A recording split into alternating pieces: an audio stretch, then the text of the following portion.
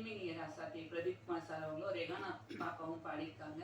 Trend மியூசிக்கில் அவைலபிளாக இருக்குது. எல்லாரும் பாருங்கள், சப்போர்ட் பண்ணுங்கள். நன்றி, வணக்கம். ஸோ நைட்டில் தான் ஃபுல்லாகவே ஷூட் பண்ணோம். மோஸ்ட்லி இந்த டீம் எல்லாருமே ஃப்ரெண்ட்ஸு. ஸோ எந்த காம்ப்ரமைஸும் இல்லாமல் பெஸ்ட்டாக பண்ணியிருக்கோம். அப்புறம் கம்மிங் 27th ரிலீஸ் ஆகுது. படம் பார்த்துட்டு சப்போர்ட் பண்ணுறோம். தேங்க்யூ.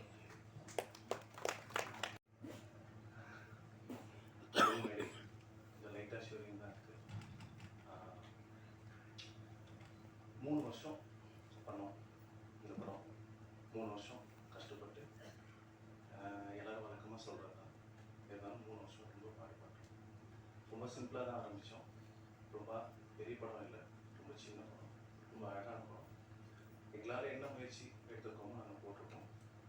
ஒரு 3 நண்பர்கள் சேர்ந்து கதை இதுதானே எதுவும் ஃபிக்ஸ் பண்ணல. நம்ம லிரிக் ரைட்டர் கார்த்திக் நேதா அவருடைய அண்ணனோட கதையை ஒரு நாள் கேட்ட இயக்கணும் தயாரிப்பாளரும் ஒரு லைன் ஒன்று சொன்னாங்க. அதை வச்சு டெவலப் பண்ணலாம், ஒரு நைட்டில் ட்ராவல் பண்ணலாம் அப்படின்ட்டு. ரொம்ப எங்களுக்கு மனசுக்கு நெருக்கமாக வந்திருக்கு. கண்டிப்பாக உங்களுக்கு நெருக்கமாக இருக்கும். இது வந்து உங்களை என்டர்டைனும் பண்ணும், உங்களை வந்து என்கேஜும் பண்ணும். ஒரு நைட்டில் இருந்தேன். அது கதையாள வழக்கு எல்லாருக்குமே தெரியும், குடிகார வழக்கு தான். அதனால் அதுக்கு முன்னாடி நான் சில பேருக்கு இங்கே நன்றி சொல்லணும் அப்படின்னு நினைக்கிறேன். எல்லோருக்கும் வணக்கம். முதல்ல பாலாஜி தர்மேந்திரன் அண்ணா இங்கே வந்ததுக்கு அவருக்கு ரொம்ப நன்றி. என்னோட சினிமா பயணத்தை ரொம்ப ஆக்கப்பூர்வமாக தொடங்கி வச்சவர் அவர் தான். அவரோட ஒரு பக்க கதை எழுதும் போதுலாம் என்னை ரூமுக்குள்ளே போட்டு பூட்டிடுவார், வெளியே போனால் குடிச்சிருவேன் அப்படின்ட்டு. அப்படி தான் அப்படி பேரன்போடு எல்லாம் கட்டி கட்டி தூக்கிட்டு வந்த ஒரு ஆள் தான் நான் இங்கே. பிறகு நிறைய எல்லாருக்குமே வந்திருந்த அத்தனை பேருக்குமே ராஜமுருகன் அண்ணாவுக்கு முக்கியமாக. ராஜமுருகன் அண்ணாவும் என்னுடைய சில பல ஆட்டங்கள்லாம் பார்த்தவர் தான். அதனால் இந்த படத்தை நீங்கள் பார்க்கும்போது அந்த ஆட்டம் ஏன் நடந்தது அப்படின்னு புரியும். கோவிந்த் வசந்தாக்கு இந்த நேரத்தில் நன்றி. கோவிந்த் நன்றி. தேங்க்ஸ். பார்த்துட்டேன். நான் சொல்லணும்னு நினச்சதை கார்த்திக் நேத்தா ரொம்ப அருமையாக சொல்லிட்டாரு. அது இந்த படம் வந்து போதையை க்ளோரிஃபை பண்ணுற படம் கிடையாது. ஏன்னா அந்த போதையில் இருக்கிறவனோட பெயின், அவனை சார்ந்தும் அவன் கூட இருக்கிறவங்க அனுபவிக்கிற பெயின், அதை சொல்கிற படம் இது. எனக்கு வந்து இந்த இட்ஸ் அ வண்டர்ஃபுல் லைஃப்னு ஒரு படம் இருக்குது, ஃப்ராங்க் காப்ராவோட படம். ஒரு நாளில் நடக்கிற கதை. ஒருத்தவன் வாழ்க்கையோட ரொம்ப அதோட கீழே வரைக்கும் பார்த்துட்டான். அதுக்கப்புறம் அவனுக்கு வாழறதுக்கான தேவையே இல்லை. அவன் என்னெல்லாம் பண்ணுவான், அப்படி ஒரு சூழல். அந்த மாதிரி ஒரு மூடில் இந்த படம் இருந்தது. ரொம்ப சூப்பராக இருந்தது படம். எனக்கு பார்த்துட்டு ரொம்ப பிடிச்சிது. மற்றபடி இந்த படத்தில் நான் எதுவும் சம்மந்தப்படலை, ஆனால் படம் பார்த்துட்டு ரொம்ப பிடிச்சிட்டு எதாவது சொல்லுங்கள் பிருத்திவி, நான் வரேன். வாய்ப்பளித்த தயாரிப்பாளர் பிருத்திவி அண்ணா, அப்புறம் இயக்குனர் அரவிந்தன் ரொம்ப நன்றி. அதுக்கப்புறம் கூட ஒர்க் பண்ண எல்லாருக்கும் ரொம்ப நன்றி.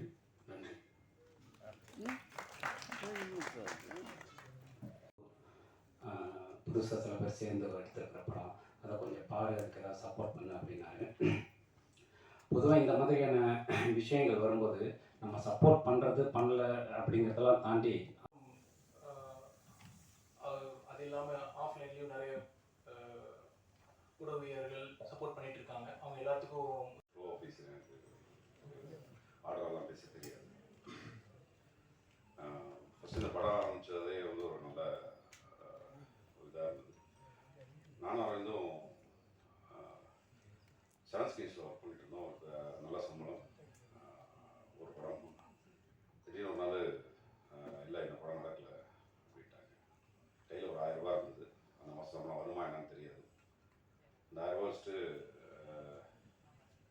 என்ன பண்ணலாம் அப்படின்னு பேசிட்டு இருந்தோம். அரவிந்த் வந்து படம் பண்ணலாம்னாரு. நீ என்ன லூஸா, 1000 ரூபா தான் இருக்குது, அடுத்த மாதம் ஏதாவது நல்ல டேரக்டர் எப்படியாவது இந்த ப்ரொஃபைல் வச்சு காமிச்சு சேர்ந்துருவோம் அப்படின்னும் போது, சரி வழக்கம் போல் பேசிட்டு படத்து தூங்கிட்டோம். காலையில் எழுந்திரிச்சு வழக்கம் போல் ஞாபகம் இருக்காது என்ன பேசினோன்னு.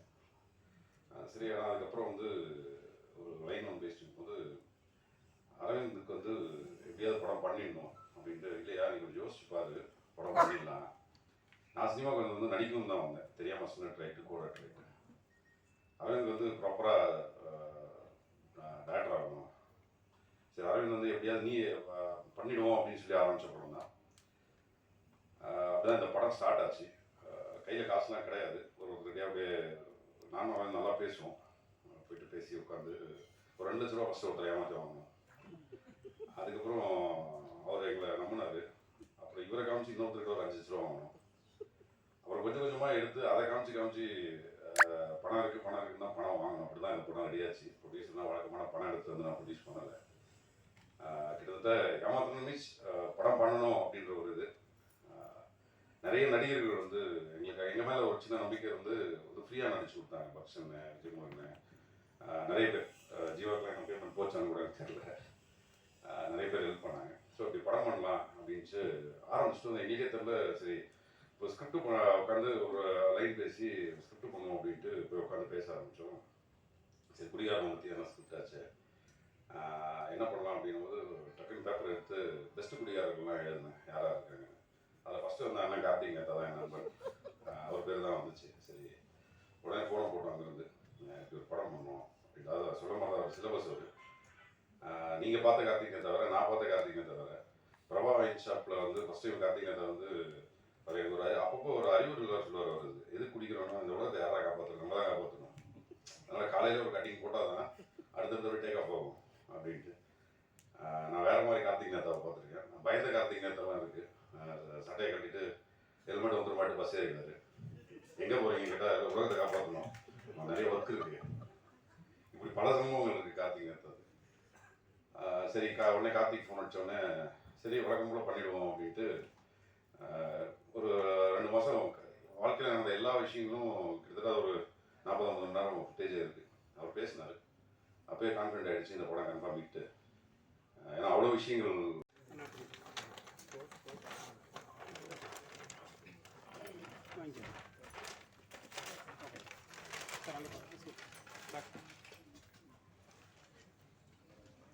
வந்திருந்து சிறப்பு சேர்த்த சிறப்பு விருந்தினர்களுக்கு எங்களுடைய நன்றிகள்.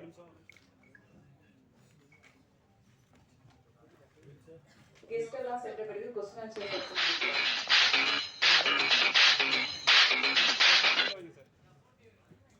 Thank you so much. Photo.